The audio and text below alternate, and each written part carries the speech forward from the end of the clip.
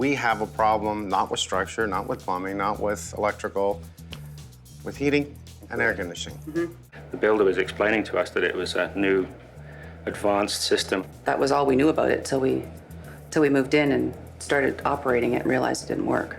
Now, the system that they put in here is a high velocity, Yes. 2-inch line, right? It's 2-inch duct line throughout the house. It's an insulated line, but it's done with hot water. So they're trying to be more energy efficient by using a hot water tank, supplying the hot water to the house, and with a forced air unit, blowing air over hot piping to heat your home. I think what I need to do more than anything is first investigate, check out the system. Once I've opened up everything, I can see how it's been run.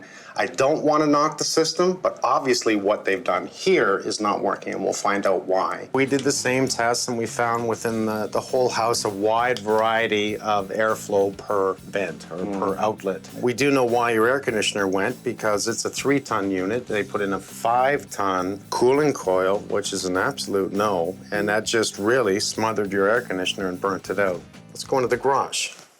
Within your ceiling, we have a cold air return hard duct here, and we have a cold air return right in the corner. That goes down by the front door. That's the damper.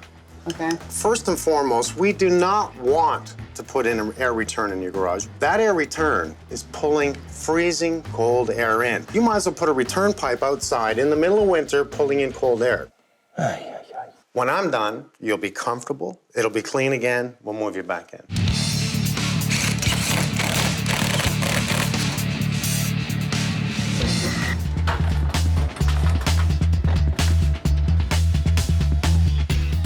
Drywall, tapers, mud, gas line, you name it, everyone I know was in on this job.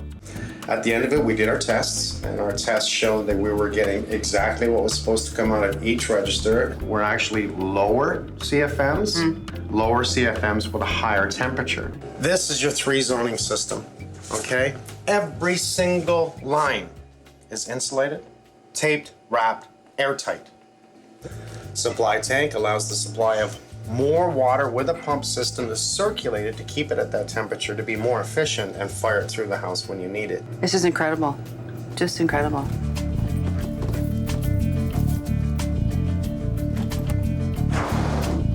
A couple little things I'm seeing right off the bat.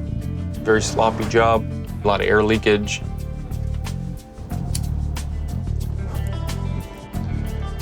See, what this does is it blows smoke. You can see all the air leakage you got here, all the smoke blowing out. And this is just in the furnace area. See, like the return air itself, you'll see it draw it in. So a lot of air leakage in around this furnace. Okay, we found a return air on the 2nd floor that was having an issue with not drawing enough air. And there's just a large cavity that was drywalled in the front here. We removed the drywall. Problem is, this void is just too big.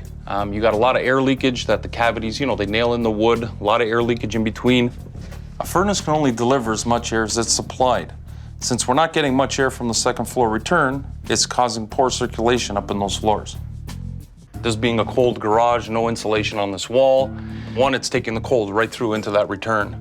I've noticed right here through the brickwork, this is open from the garage into this return. If they park this car in the garage and they have it started wintertime, it's gonna suck the fumes from the car into this opening and draw it back throughout the whole house. So this is an issue, we have to address it. At this point, it's just running a ductwork from here all the way up to the joist cavities above and running it all up to tie in our return. Once they spray foam around this, it'll be insulated, and we'll be drawing actually just from the cavity up on the 2nd floor. So once we start sealing up that ductwork, sealing up our supply, sealing up our return, I want to increase our air volume, our CFMs, and I'm hoping to drop my temperature. Right now I got a lot of air, just my temperature is really high. So we're going to try to improve on that. We had Gary come in, do a CFM test, cubic feet per minute, so we're looking for velocity and airflow. He tested this specific register. He had 480 on the CFMs and he had a temperature of 25 degrees Celsius. So since then, we have insulated underneath, completely re-drywalled, and he has taped all the main trunk downstairs so we don't have any air leakage. So what I'm doing is I'm just gonna run my tester over top of it to see the difference. 671. Look at the temperature, 17.8. So that's about a 30% improvement to the temperature and about 40% more airflow. That's a huge difference. The furnace no longer has to work as hard to cool or even heat this house. That's money in the bank.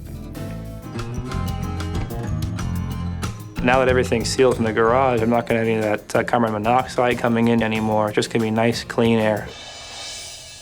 I like what Gary did. He first did an air test with CFM, the little toys that we have, the meters. He did his smoke test around the furnace, major bleeding of air coming off your furnace and the main trunk line. Since then, we have taped everything up, siliconed the furnace. By doing all this, what you're actually going to do is now use your furnace at full efficiency. You're going to save money, have more airflow, you're going to be cooler in the summer and hotter in the winter. I'm feeling much cooler right now in this house. That's making me feel pretty good. If the air conditioning on, which isn't even running right now, and it's just steady temperature. I can tell you before, that air conditioner never turned off. We started to smell damp, wet soil. It wasn't moldy or musty or anything. It was just it smelled like outdoor. And that's when we realized that the ductwork actually was made out of a cardboard tube, and when I reached down to find out what was happening, a little hole in the cardboard appeared, and then there was gravel beneath it. The tubing that was coming out of the wall in the furnace room that we had thought was just cardboard insulation actually was indeed just the duct, and it was just made of cardboard. Okay. This is the sauna tube they're talking about? It is sauna tube. Two, yes. It's never gonna work. Think of the moisture in the ground. It's gonna rot out the galvanized, it's gonna rot out the cardboard paper that a sauna tube is. Extremely hard cardboard paper, meant for concrete, not for ductwork. Here's what I see. The sauna tube is right here in the floor. It has deteriorated, obviously, from water that touches this area. And everything was run through this line.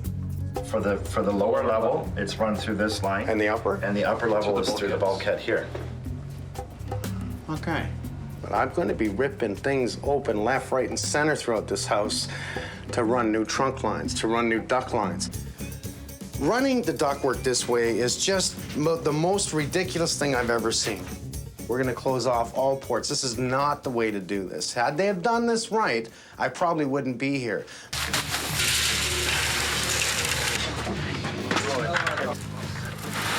Well, this is sort of like putting the final nail in the coffin of the old HVAC.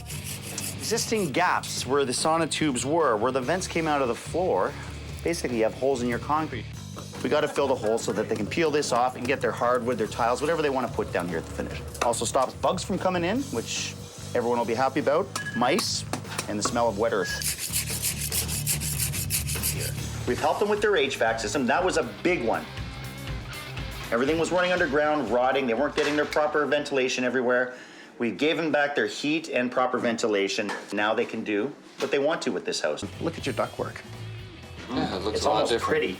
Yeah, big difference, huge. Because we literally ripped your house apart is what we did. And as we walk through, I'll show you.